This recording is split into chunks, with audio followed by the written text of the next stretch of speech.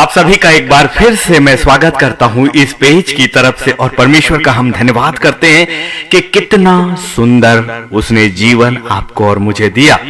और पवित्र आत्मा का भी धन्यवाद कि वो निरंतर हमें तैयार कर रहा है न्याय के दिन के लिए, नए यरूशलेम की तैयारी के लिए। ये भौतिक संसार है, सारी बातें यहीं रह जाएंगी।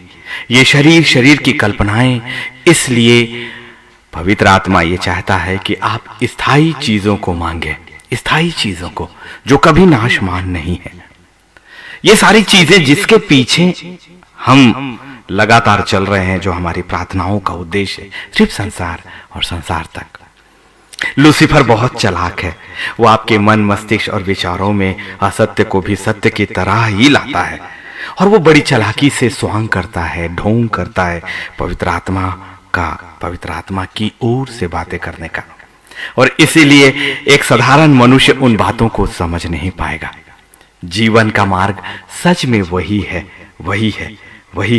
और मैं धन्यवाद करता हूं जितने इस वक्त मेरे साथ लाइव पर हैं हर दिन की भांति, और जो नए हैं मैं उनका भी स्वागत करता हूं। आज नाम तो मैं नहीं ले पाऊंगा क्योंकि मुझे और कलाम में जाना है। प्रभु हम सबको बहुत आज की आशीष दे, जो आने वाले समय में शेयरिंग के माध्यम से और बाद में हमारे इस लाइव को देखेंगे, हम उनका भी स्वागत करते हैं। यूट्यूब में जो मुझे देखने जा रहे हैं, मैं आप सभी का स्वागत करता हूं प्रभु यीशु मसीह के पवित्र नाम में। परमेश्वर का वचन स्थायी रहेगा, मैं रहूं या ना रहूं, ये वचन हमेशा रहेगा। हमारे जाने के बाद भी ये आवाज, ये देह, ये प्रचार हमेशा रहेगा, जो बहुतों के लिए जीवन के मार्ग को लेकर जाएगा, क्योंकि वचन मेरा नहीं खुदावन का है। आप सभी का मैं स्वागत करता हूं। आइए हम परमेश्वर के साथ चलते हैं। पवित्र परमेश्वर, जीवन का मार्ग सिर्फ आपके में, और जो क्रूस में हमारे लिए पूरा हुआ वही तो हमारे लिए रास्ता है।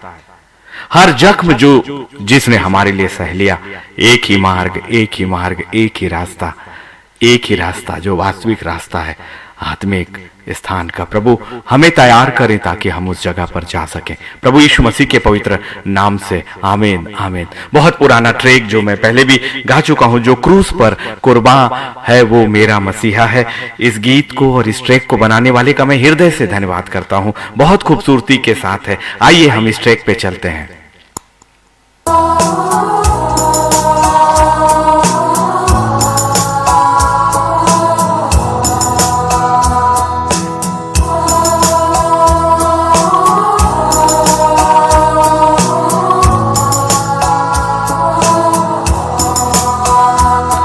जो क्रूस पे कुर्बान है वो मेरा मसीहा है। हर जख्म जो उसका है वो मेरे गुनाह का है, वो मेरे गुनाह का है। जो क्रूस पे कुर्बान है वो मेरा मसीहा है। हर जख्म जो उसका है वो मेरे गुनाह का है, वो मेरे गुनाह का है। जो क्रूस पे कुर्बान है। इंसान परमेश्वर के स्वरूप और समानता में बनाया गया ताकि वो सारे अधिकार वो प्राप्त करे जो खुदा ने उसे दिए।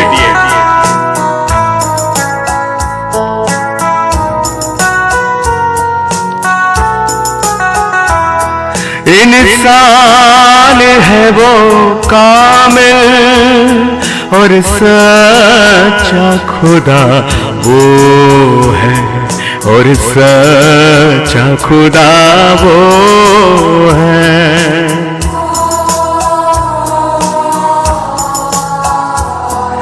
इंसान है वो कामिल और सच्चा खुदा वो है, और सच्चा खुदा वो है।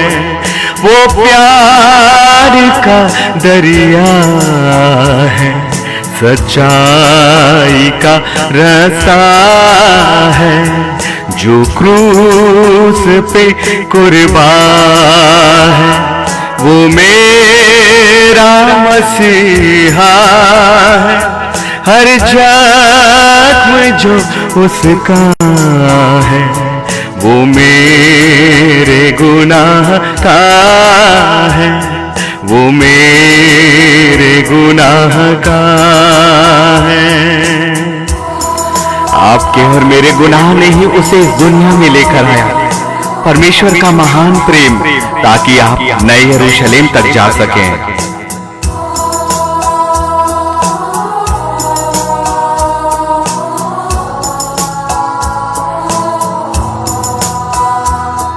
इस दुनिया में ले आए मेरे ही गुनाह उसको, मेरे ही गुनाह उसको।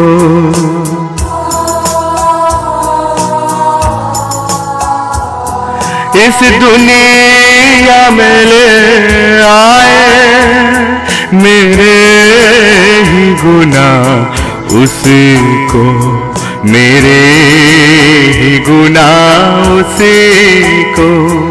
क्या जुल्म सितम उस पर मैंने ही कराया है, जो क्रूस पे कुर्बान है, वो मेरा मसीहा है। हर जख्म जो उसका है, वो मेरे गुनाह का है, वो मेरे गुनाह का है, जो क्रूस पे कुर्बान है। उसने जिंदगी इसलिए अपनी दी ताकि आपको और मुझको वो जीवन मिले, नए यरूशलेम में अनंत काल की जिंदगी।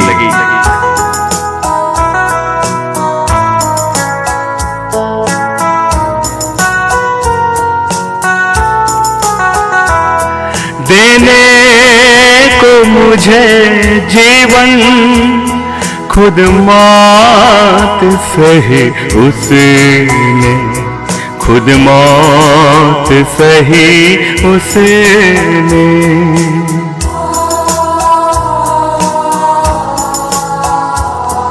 देने को मुझे जीवन खुद मौत सही उसने, खुद मौत सही उसने। क्या खूब है कुर्बानी, क्या प्यार अनोखा है, जो क्रूस पे कुर्बान है, वो मेरा मसीहा है। हर जख्म जो उसका है, वो मेरे गुनाह का है, वो मेरे गुनाह का है, जो क्रूस पे कुर्बान है। सचमुच में उसने आपके और मेरे लिए अपने आप को कुर्बान किया। कितना अनोखा प्यार परमेश्वर का। इस संसार के सारे रिश्तों से बढ़कर इसीलिए वो आत्मिक रिश्ता है उस परमेश्वर का। आप उस परमेश्वर के स्वरूप और समानता में हो, स्वरूप भी और समानता भी। इस संसार में मनुष्य आपको अपनी समानता नहीं देता, मनुष्य होकर, लेकिन प्रभुओं का प्रभु और राजाओं का राजा, उसने आपको अपना रूप भी दिया और अपनी समानता भी दी। इसीलिए हम सच में बहुत ही विशेष हैं, सच में विशेष हैं। यदि आपको अपनी जिंदगी का रास्ता नजर नहीं आता ना, तो एक ही जगह पर जाएं, महान सिंहासन। मेरी जिंदगी में मेरे पास कोई ट्रेनिंग नहीं है, ना ही मुझे बाइबल स्कूल जाने का कभी मौका मिला, ना बाइबल कॉलेज। पवित्र आत्मा, केवल पवित्र आत्मा, पवित्र आत्मा, पवित्र आत्मा, पवित्र आत्मा, जो परमेश्वर की महान योजनाओं को लेकर आपकी और मेरी जिंदगी में आता है, जो व्यर्थ जिंदगी को उसके अर्थों को बताता है।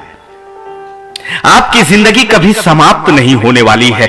इवन जिसे आप अपनी जिंदगी का समाप्त समझते हो, आपकी देह का अंत, वो वास्तव में आपकी देह का अंत तो है, लेकिन आपका अंत नहीं है। और यदि हमारा अंत नहीं है तो फिर हमारा कोई एक स्थान होगा जो इस शरीर के बाद हमें मिलना चाहिए। हाँ, है ना, दो रास्ते हैं। एक अंधेरे का रास्ता जो लूसीफर की ओर से है, और लूसीफर बड़े बड़े दरवाजों को खोलकर और शरीर की अभिलाषाओं को और बहुत अधिक चकाचौंध की जिंदगी को अभी हमारे सामने लगता है, और बहुतेरे हैं जो उसके पीछे चल रहे हैं, ये मानकर कि जो कुछ भी हमें मिला है वो हम अपनी क्षमता से हासिल करते हैं या वो परमेश्वर की आशीष है। वो बड़ी ही चालाक आत्मा है और वो बड़ी चालाकी से आता है, और वो अभी भी अपने स्वभाव से कभी नहीं बदला, कभी नहीं बदला। और जब उसका स्वभाव नहीं बदला तो उसके कार्य करने का तरीका कैसे बदल सकता है? इसलिए उस आत्मिक ताकत से लड़ने के लिए हमें आत्मा की सहायता बहुत जरूरी है। इसलिए नीति वचन 3 अध्याय उसका 5वां और 6वां कलाम हमसे ये कहता है कि तू अपनी समझ का सहारा मत लेना, लेकिन संपूर्ण मन से परमेश्वर यहोवा पर भरोसा रखना, संपूर्णता के साथ। और यही है वो मार्ग जो परमेश्वर हमें लेकर जाता है। विश्वास रखने वालों के लिए सब कुछ संभव है, और मेरा परमेश्वर जो कहता है सो कहता है, और उसकी कही हुई बातें कभी नहीं टली। विश्वास करें, जिस पर भरोसा करेंगे अपने आप पर भी भरोसा करेंगे, लेकिन कभी भी आप अपनी बातों पर भी ये हो सकता है कि आपने जो सोचा उसे कर ना पाओ, ये होता है।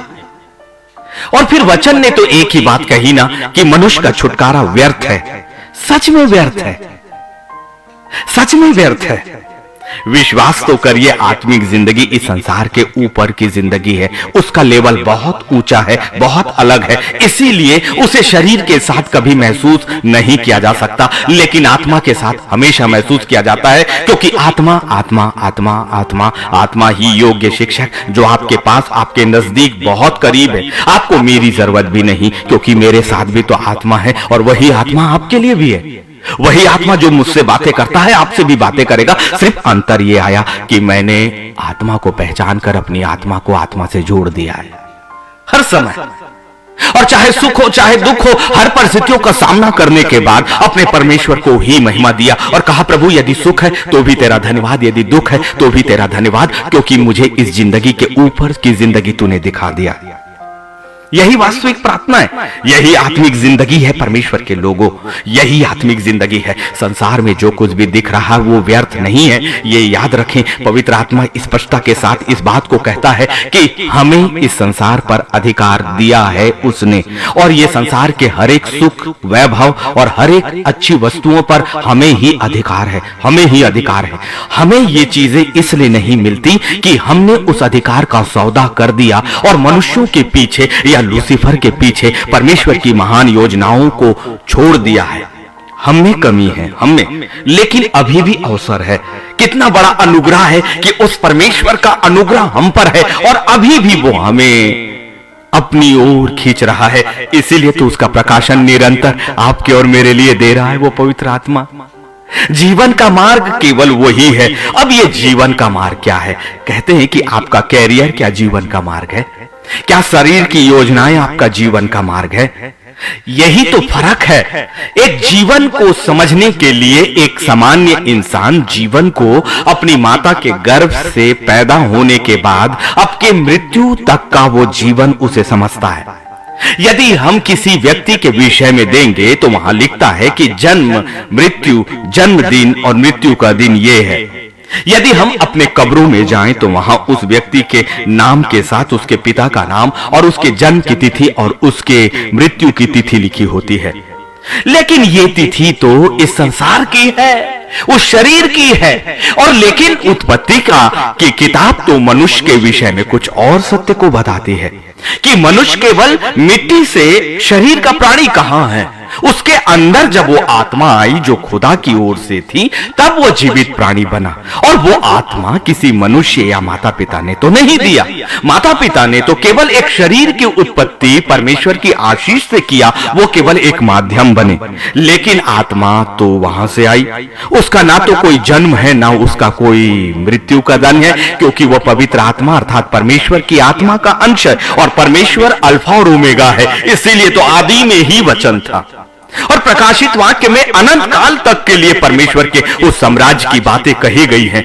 वचन अपने आप में सच्चा है, इसलिए हमें शरीर की नहीं आत्मा की तैयारी करनी है। शरीर की नहीं आत्मा की तैयारी करनी है। लेकिन मेरा परमेश्वर बहुत भला है, वो आपकी जिंदगी को भी आशीषित करता है। क्योंकि हर दिन की भांति मैं इस बात को कहता हूं कि यदि नीति वचन 3, 5 और 6 में पवित्र आत्मा ये कहता है कि तू अपनी समझ का सहारा मत लेना, तो वो ये भी तो कहता है कि पहले उसके राज्य और धर्म की खोज करो तो सब वस्तुएं तुम्हें मिल जाएंगी। परख कर देखो कि परमेश्वर कैसा भला है। यदि आपने अपनी जिंदगी का रास्ता, अपना मार्ग केवल एक सीमित दायरे में रखा है, तो हमने अपने आप को लूसीफर के दायरे में ही तो दे दिया। संसार को अपना मार्ग लेने दीजिए, संसार को अपना मार्ग चुनने दीजिए। रिश्तों के पीछे अपनी आत्मिक जिंदगी को खराब मत करें, क्योंकि स्वर्ग की एक अच्छी और सबसे बड़ी सच्चाई यह है कि वहां मनुष्य के रिश्ते नहीं है। वहां मनुष्य के साथ रिश्ते नहीं है। वहां कोई पति और पत्नी के रूप में नहीं है। वहां कोई बच्चे, बेटे, बेटियां, भतीजियां, रिश्ते, दोस्त के रूप में नहीं है। वहां सिर्फ आत्माएं हैं, और उन आत्माओं का संबंध महान आत्मा जो सर्वशक्तिमान अल्फा और ओमेगा है, जो सिंहासन पर बैठा है, और उस सिंहासन के दाहिने हाथ जो आत्मिक आत्मा, जो यीशु नासरी है और पवित्र आत्मा है, सिर्फ उससे एक ही संबंध, एक ही संबंध, एक ही संबंध संतानों का और पिता का, संतानों का और पिता का, और वो अनंत काल की जिंदगी का होगा। इसलिए यदि कोई ये आत्मा लूसीफर की इस चक्रव्यूह में फंसती है कि वो उसे रिश्तों, संसार की चीजों में फंसा कर रखता है। बार बार मैं ये कह रहा हूं कि ये पृथ्वी मेरे खुदा के पैरों की चौकी है, और मेरा परमेश्वर हमें ही उसने इस पृथ्वी पर अधिकार दिया है। इसलिए उसकी संतानें कभी भी भूखे नंगे नहीं होती हैं, कभी नहीं होती। जो विश्वास करता है परमेश्वर उनके और उनके जिंदगी के, उनके भविष्य की चिंता खुद करता है। विपत्ति यदि आती तो है, लेकिन मार्ग किसका होना चाहिए आपकी जिंदगी में? सब परमेश्वर का। और यह एक ऐसा मार्ग है जिसके लिए आपको कुछ करने की जरूरत नहीं है। सच में इस संसार में मैंने ऐसे बहुत से मार्ग देखे, क्योंकि मैं एक प्रोफेशनल पर्सन था। मेरी कभी ये मैंने सोचा भी नहीं था कि आज मैं इस तरह से परमेश्वर मुझे, मेरी देह को और मेरी आत्मा को इस्तेमाल करेगा। मैंने अपनी जिंदगी में कल्पनाएं की इस संसार के जैसे ही, अपनी शिक्षा के लिए, अपने परिवार के लिए, अपने कैरियर के लिए, सारी चीजों के लिए। लेकिन एक दिन जब 26 और 27 मई 2003 को जब 3 मेजर हार्ट अटैक मुझे आए, और जब जीवन और मौत के विषय में मैंने सच्चाई को जाना, एक साइंस के प्रोफेसर की बुद्धि इस बात को समझ गई कि ये साइंस, ये विज्ञान, ये धन, ये दौलत, ये रिश्ते, ये जीवन को नहीं देते। जीवन को तो केवल जीवन का देने वाला ही देता है। और उस वक्त ना तो पैसा काम का था, ना रुतबा काम का था, ना एजुकेशन काम का था। ये सब शरीर के साथ जुड़ा है और शरीर के साथ समाप्त हो जाएगा। मिट्टी ज्यों का त्यों मिट्टी में मिल जाएगी, लेकिन आत्मा तो परमेश्वर यहोवा के पास लौट जानी चाहिए। तो मार्ग किसका होना चाहिए? मार्ग किसका होना चाहिए? मार्ग महान परमेश्वर का। भजन संहिता 121 और 7 अद्भुत कलाम है, और 7वां से लेकर यदि आप 21वें उसके पहले कलाम में जाएंगे, लेकिन आज परमेश्वर पवित्र आत्मा मुझे 121:1 में जाने नहीं दे रहा है। मैं अपनी आंखें पर्वतों की ओर उठाऊंगा। इसी 121 ने मुझे मरते हुए 26 और 27 मई 2003 में, जब मेरी मां ने ये वर्सेस पढ़ना शुरू किया, जब अटैक ने मेरी जिंदगी को समाप्त किया, मैं अपनी आंखें पर्वतों की ओर उठाऊंगा। मुझे सहायता कहां से मिलेगी? ओ, जैसे जैसे ये वर्ष मेरे कानों में जा रहा था, सच में परमेश्वर का मार्ग जीवन देने वाला है। और उसने केवल मुझे इस संसार की जिंदगी नहीं, अब मुझे यह पवित्र आत्मा बताता है कि उसी वक्त, जिस वक्त तूने अपनी मरते हुई आत्मा में यह प्रार्थना करी, खुदावन ये जिंदगी जो यदि तू मुझे देता है तो ये जिंदगी मैं तुझे दूंगा, मैं तुझे दूंगा, मैं तुझे दूंगा। क्योंकि उस वक्त की प्रार्थनाएं इस संसार की प्रार्थना नहीं थी, वो अनंत जिंदगी को मांग रही थी, वो आत्मा की अवस्था को मांग रही थी, वो परमेश्वर की सेवा को मांग रही थी। क्यों? क्योंकि जीवन जो इस संसार का था वो तो समाप्त हो गया, मृत्यु आकर खड़ी हो गई। डॉक्टरों ने अपना हाथ खड़ा किया, मॉनिटर प्लेन हो गया। फिर किसने उस मरते हुए शरीर पर अपनी जिंदगी दी? किसने लाजर को सड़ी हुई गली अवस्था से जो बाहर कर सकता है, वो एक ऐसे शरीर को उठाकर क्यों ना खड़ा करेगा? और परमेश्वर आपकी परिस्थितियों को देखता और जानता है, यदि आपकी परिस्थितियां मरी हुई हैं तो उसमें जिंदगी आएगी, क्योंकि रास्ता परमेश्वर का है और परमेश्वर का रास्ता परमेश्वर के उपाय में होता है, उसके मस्तिष्क में होता है। और मेरा परमेश्वर महान महान महान सृष्टिकर्ता, सब कुछ बदलने की शक्ति और सामर्थ्य है। इसलिए 20 से 22 वर्षों में कभी भी मेरा हृदय अस्पताल में नहीं पहुंचा, क्योंकि उस धड़कन को परमेश्वर की योजनाएं चला रही हैं। और आपकी जिंदगी में भेद नहीं किया मेरे परमेश्वर ने। मुझसे भी बड़ा अनुग्रह आप में से बहुतों पर हो गया है, मुझसे भी ज्यादा प्रकाशन आप में से बहुतों को ले लिया है, मुझसे भी ज्यादा युवा ऐसे बहुत सी आत्माएं इस वक्त जो मुझे सुन रही है और आने वाले में सुनूंगी, परमेश्वर उनकी जिंदगी में अपनी महान सेवा को दे चुका है। केवल मार्ग को देखने की जरूरत है। लेकिन एक बड़ा अंतर है, संसार का मार्ग हमें आंखों से दिखाई देता है, लेकिन परमेश्वर का मार्ग हमें आंखों से नहीं दिखाई देता। संसार का मार्ग हमें अपने कानों से सुनाई देता है, लेकिन परमेश्वर का मार्ग हमें ऐसे नहीं सुनाई देगा। यह आत्मा में देखने, आत्मा में सुनने का मार्ग है। इसलिए आत्मा को शरीर के ऊपर करें, अपने शारीरिक अभिलाषाओं, अपनी इच्छाओं को मांग अपने परमेश्वर के सामने नीछावर करें, अपना टूटा हुआ बलिदान अपने परमेश्वर को चढ़ाएं। सही और वास्तविक प्रार्थना यही है जो जीवन का मार्ग आपको दिखाती है। परमेश्वर, चाहे मुझे कुछ मिले या ना मिले, महान सिंहासन मेरी जिंदगी का एक एक दिन तेरे रास्ते का हो, तेरे राज का हो। जैसे तूने इस्राएलियों को निकाला प्रभु, अपनी वाचा को कभी नहीं भूला। तेरा अपना एक समय है, वैसे ही मेरी जीवन के लिए मेरी आत्माओं में एक समय जरूर आएगा जहां से मैं प्रारंभ करूंगा, जहां से तू मेरे हाथों को उठाएगा और कहेगा अब बरबस उस जगह से निकल। जैसे तूने इस्राएलियों को एक ही पल में बरबस निकाल दिया और उनकी सुरक्षा चारों ओर अपने हाथों में ले ली, अपनी दृष्टि में ले लिया। तू उनकी ओर से युद्ध लड़ा प्रभु, तूने उन्हें भोजन दिया, तूने उन्हें वस्त्र दिया, तूने उन्हें चंगाई दी और मार्ग भी तूने बताया। तो जीवन का मार्ग सच में उस परमेश्वर के हाथों में छोड़कर देखें, अपनी समझ का सहारा सच में मत लें। भजन संहिता 121 और 7 में आत्मा मुझे आज की शाम को लेकर गया है, यहोवा सारी विपत्ति से तेरी रक्षा करेगा। ये देखिए, यहोवा सारी विपत्ति से तेरी रक्षा करेगा। पर्याप्त है ये वचन परमेश्वर के सिंहासन के सामने रख दीजिए कि खुदावन तेरे वचन ने मुझे कहा है कि यहोवा सारी विपत्ति से तेरी रक्षा करेगा। स्वयं सिंहासन मुझे देख रहा है। प्रभु तूने मुझे देखा और मेरी जिंदगी की कोई भी विपत्ति छूटेगी नहीं तेरी नजरों से, क्योंकि तू मनुष्य नहीं है, तू महान सिंहासन है और तू ऊपर पर विराजमान है, स्वर्ग पर विराजमान है। इसीलिए वो जीवन की सारी विपत्तियों को देखता है। जिस परमेश्वर की योजनाएं आपके माता के गर्भ में रचे जाने से पहले आपके लिए बन गई, सोच लीजिए कि वो सब कुछ जानता है और आपकी जिंदगी में जो कुछ भी हो रहा है उसके पीछे उस परमेश्वर की महान योजनाएं हैं।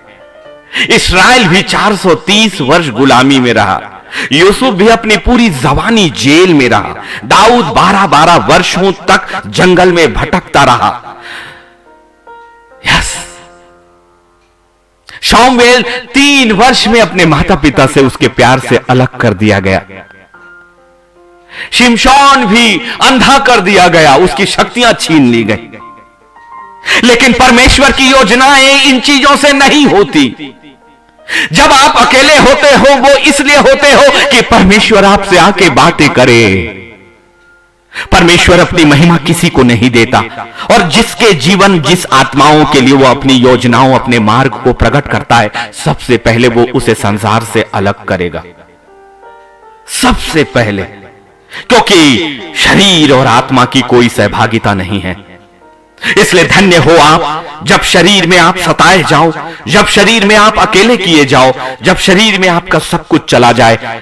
धन्यवाद दीजिए अपने परमेश्वर के सिंहासनों के सामने। अपने वातावरण को मत देखिए कि लाल सागर आपके सामने है कि नहीं है।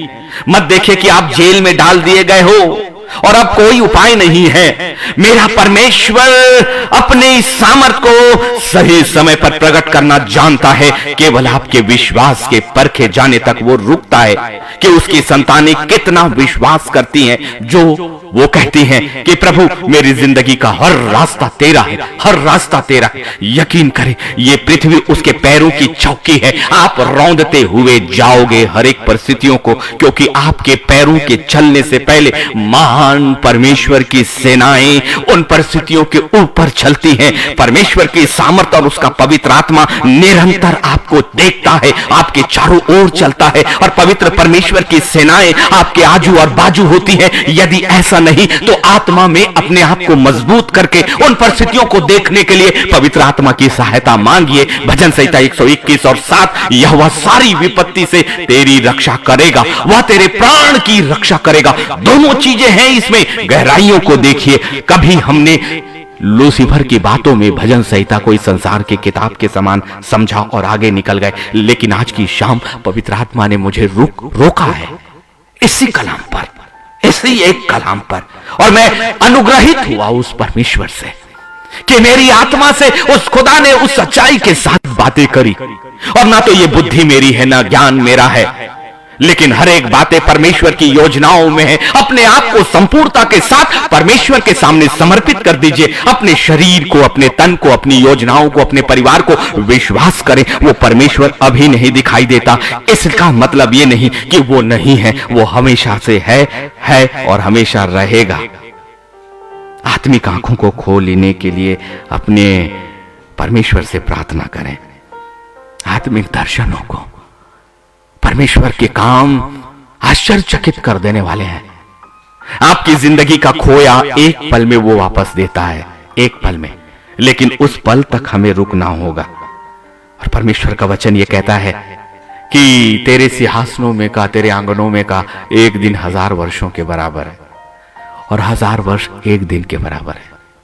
परमेश्वर चाहे तो आपकी जिंदगी में खोया हुआ वापस तुरंत करेगा। अपनी समझ का सहारा हमने लिया और अपनी इच्छाओं में परमेश्वर के वेदी के सामने अपनी इच्छाओं को रखा। लेकिन सबसे अच्छी प्रार्थना है जो यीशु मसीह ने भी किया है कि परमेश्वर मेरी नहीं परंतु तेरी इच्छा पूरी हो। मैं आदर करता हूं प्रभु तेरे सिंहासन का, और मैं इंतजार करता हूं कि मेरी जिंदगी संवरेगी, इस संसार की जिंदगी भी, लेकिन अनंत काल की जिंदगी। इस संसार की कुछ वर्षों की जिंदगी के सामने अनंत काल की वो जिंदगी का सौदा एक मूर्खता से बढ़कर और कुछ भी नहीं है। अनंत काल, अनंत काल, अनंत काल, अनंत काल, हमेशा और हमेशा और हमेशा के लिए, हमेशा के लिए उस खुदावन की वेदी के सामने हमेशा की जिंदगी। वरना ये व्यक्ति जो मौत से निकला है, उस आत्मा की जिंदगी को उसने देखा है कि शरीर से जब आत्मा अलग होती है तो उसके 2 ही स्थान है। बचा लीजिए अपने आप को और अपने आने वाली पीढ़ी को भी। यही है, यही है। संतानें वो नहीं जो शरीर से पैदा होती है। आप आत्मा की संतानें पैदा करो, आत्मा की संतानें पैदा करो, आत्मिक संतानें पैदा करो जो शरीर की आयु की नहीं आत्मा में है, और उसका रिवार्ड अपने खुदावन से ले लो। यहोवा सारी विपत्ति से तेरी रक्षा करेगा, ये वादा है शरीर की सुरक्षा का। सारी विपत्तियां, ये वचन कभी नहीं खाली जाएगा। विश्वास करने वाले के लिए ही ये वचन है, विश्वास करने वालों के लिए ही वचन है। जो अपना हाथ इस सामर्थ के वचन पर रखेगा और कहेगा खुदावन तूने मेरी जिंदगी की सारी विपत्तियां अपने हाथों में ले ली है, और तू मेरी रक्षा करेगा। आमीन।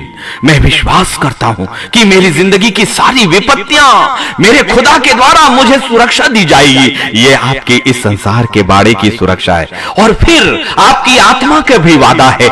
ऐसा वादा किसने किया? जो शरीर के साथ साथ आत्मा का भी वादा आपसे करता है। इसका दूसरा भाग देखिए, वह तेरे प्राण की रक्षा करेगा, तेरी आत्मा की भी रक्षा करेगा। विपत्ति शरीर पर पड़ती है, आत्मा पर कभी नहीं। विपत्ति शरीर पर पड़ती है, आत्मा पर कभी नहीं, क्योंकि ये संसार और संसार की चीजें आत्मा के नीचे है, ना कि आत्मा इनके नीचे। लेकिन अब ये आत्मा की सुरक्षा किससे है? लूसीफर, नरक की आत्माएं, दुष्ट आत्माएं जो आत्मिक प्राणी हैं, वो हमारे प्राण की भी रक्षा करेगा।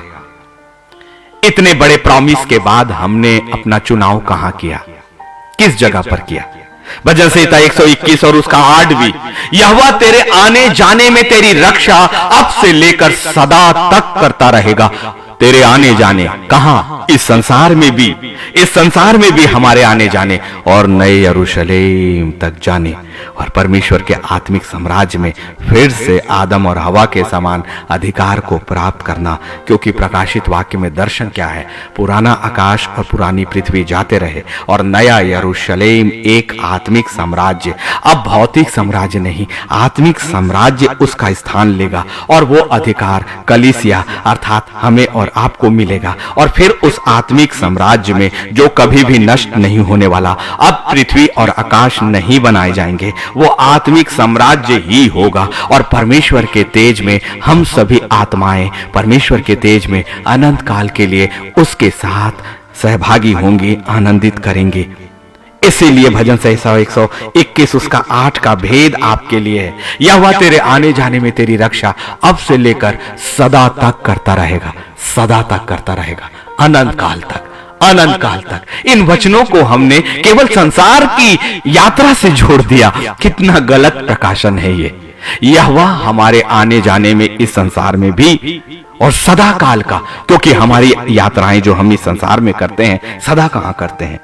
लेकिन वचन ने तो प्रॉमिस किया है कि वो तेरी रक्षा अब से लेकर जिस पल से तूने अपने मार्ग को अपने परमेश्वर के हाथों में सौंप दिया, जीवन का मार्ग वही है।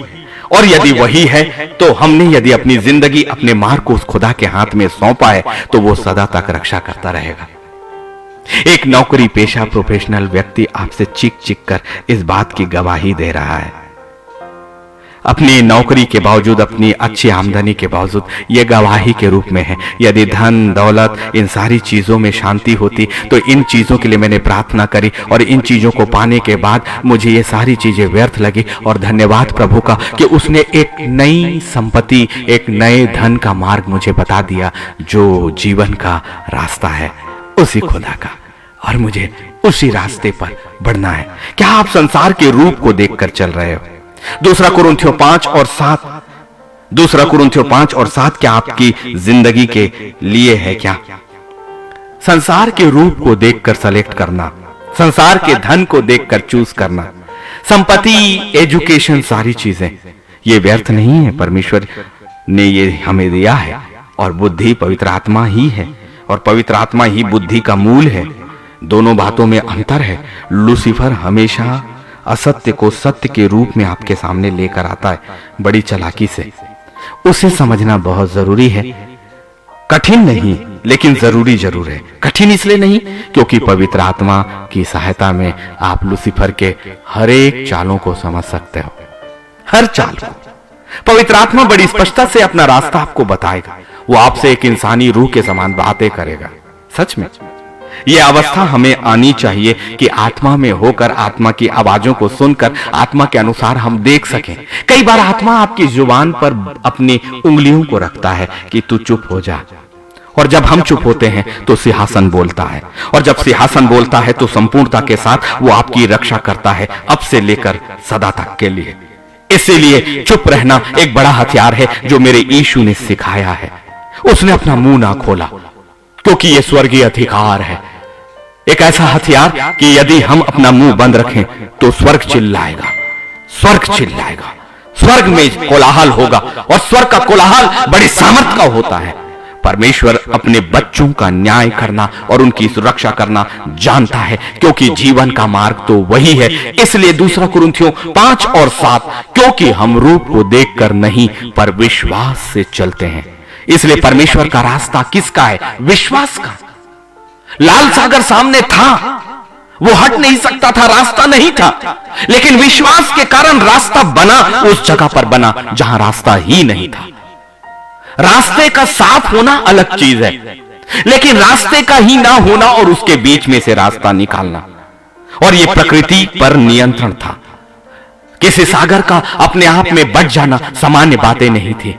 कोई भी साइंस इस बात को साबित नहीं करता कि पानी जो है गुरुत्वाकर्षण के होने के बावजूद भी कैसे 2 रास्तों में हट गया और कैसे ठहर गया। पूरे सागर को कौन सी शक्ति ने 2 तरफ एक दीवालों के रूप में रोक कर रखा?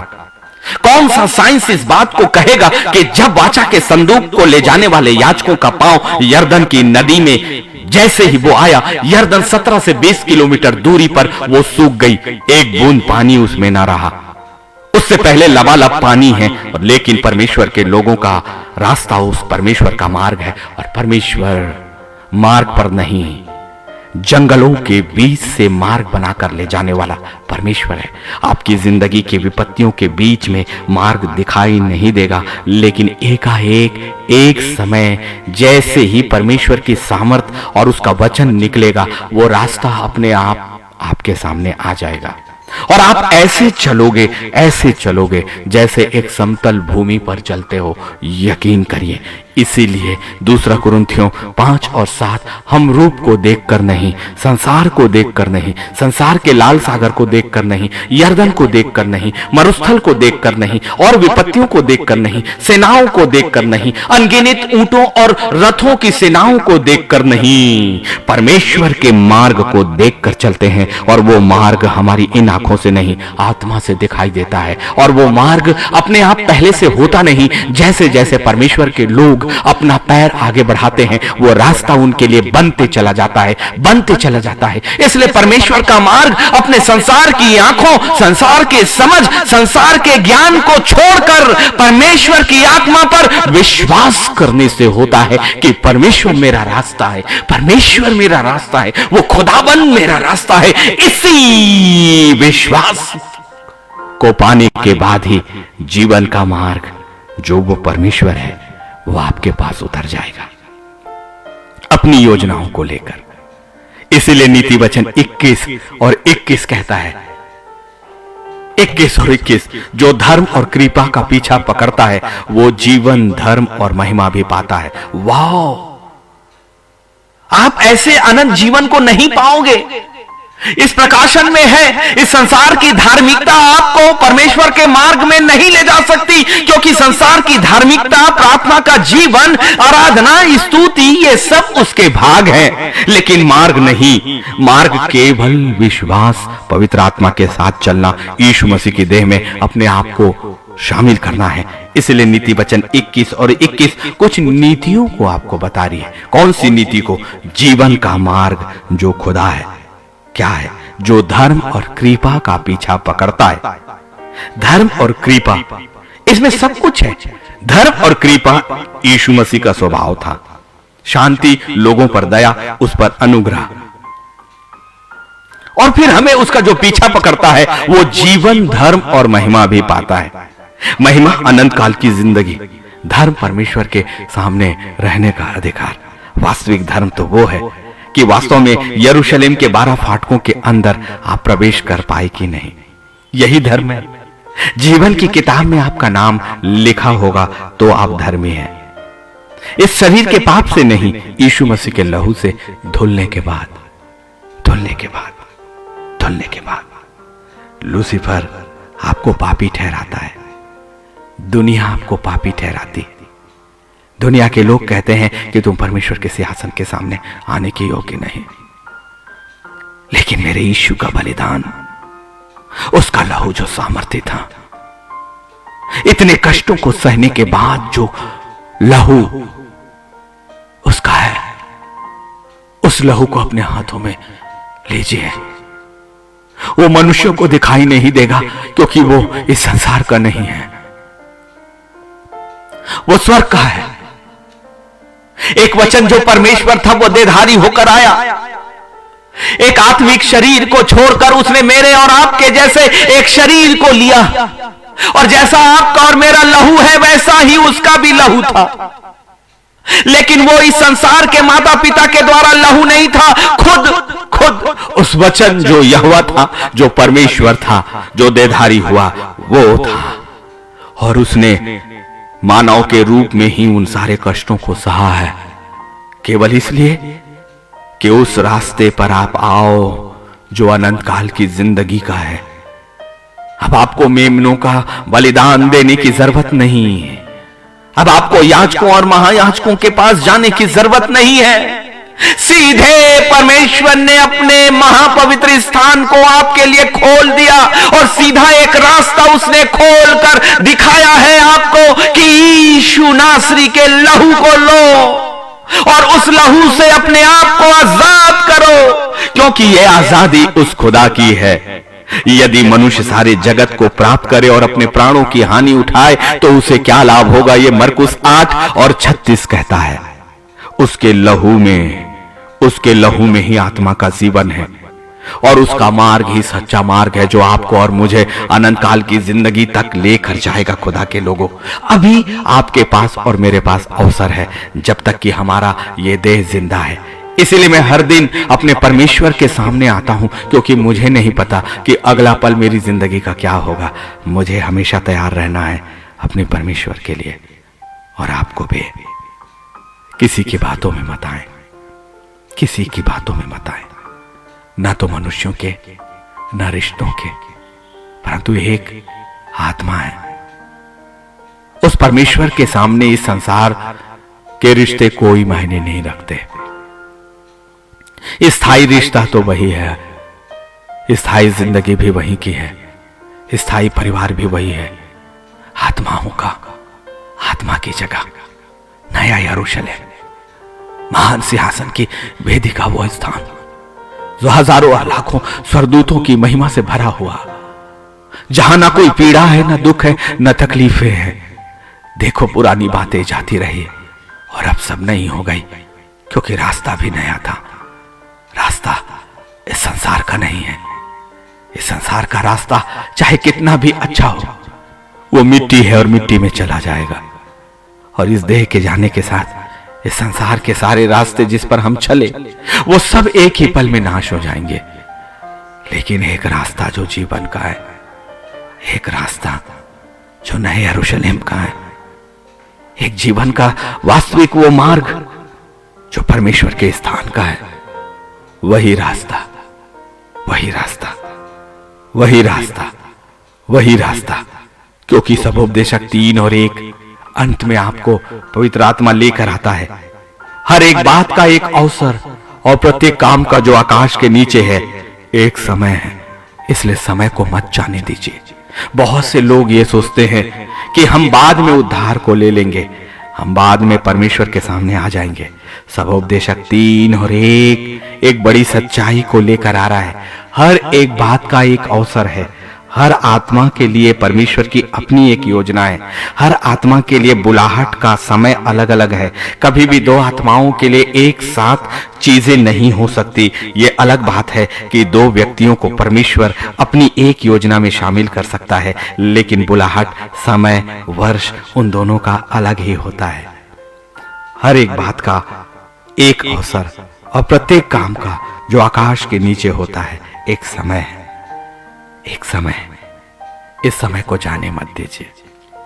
मार्ग जीवन का वही है, वो यहोवा। खुदावन, मैं आपका धन्यवाद करता हूं। मार्ग केवल आप हैं प्रभु हमारी जिंदगी का। यह मध्यस्थता की प्रार्थना है कि जितनी आत्माएं इस वक्त मेरे साथ है और जिन जिन लोगों तक ये कलाम पहुंचेगा, हर एक के लिए मध्यस्थता है कि हमारा रास्ता, हमारा परमेश्वर बने, हमारा मार्ग वही तय करे। हमारी इच्छाएं आप में, हमारी योजनाएं आप में, हमारे शरीर की हर एक पोर आपका, हमारा भविष्य आपका। हम अपनी समझ को इसी वक्त छोड़ते हैं। महान परमेश्वर जैसे महान योजनाकार के हाथों में छोड़ना ही हमारे लिए उचित और लाभ का है, क्योंकि हम अल्फा ओमेगा नहीं प्रभु, तेरा अनुग्रह है कि अल्फा और ओमेगा, और इतने महान सिंहासन होने के बावजूद तूने हम जैसे साधारण लोगों को यह अधिकार सिर्फ इसलिए दिया कि हम आपके स्वरूप और समानता में हैं। हम पर अनुग्रह है, हम पर अनुग्रह है, हम पर अनुग्रह है महान सिंहासन का। इसलिए प्रभु हमें वो जीवन का रास्ता आपका चाहिए, आपका चाहिए, आपका चाहिए, यीशु मसीह के नाम पर, आमीन, आमीन। मैं बहुत बहुत धन्यवाद करता हूं कि आपने अपना कीमती वक्त इस पेज को दिया। प्रभु हम सबको बहुत आयत की आशीष दे। कल का दिन क्या होगा मुझे नहीं पता, सीधे पवित्र आत्मा के साथ 9:30 बजे रात्रि हम उसकी सहभागिता करेंगे। प्रभु हमें आशीषित करे।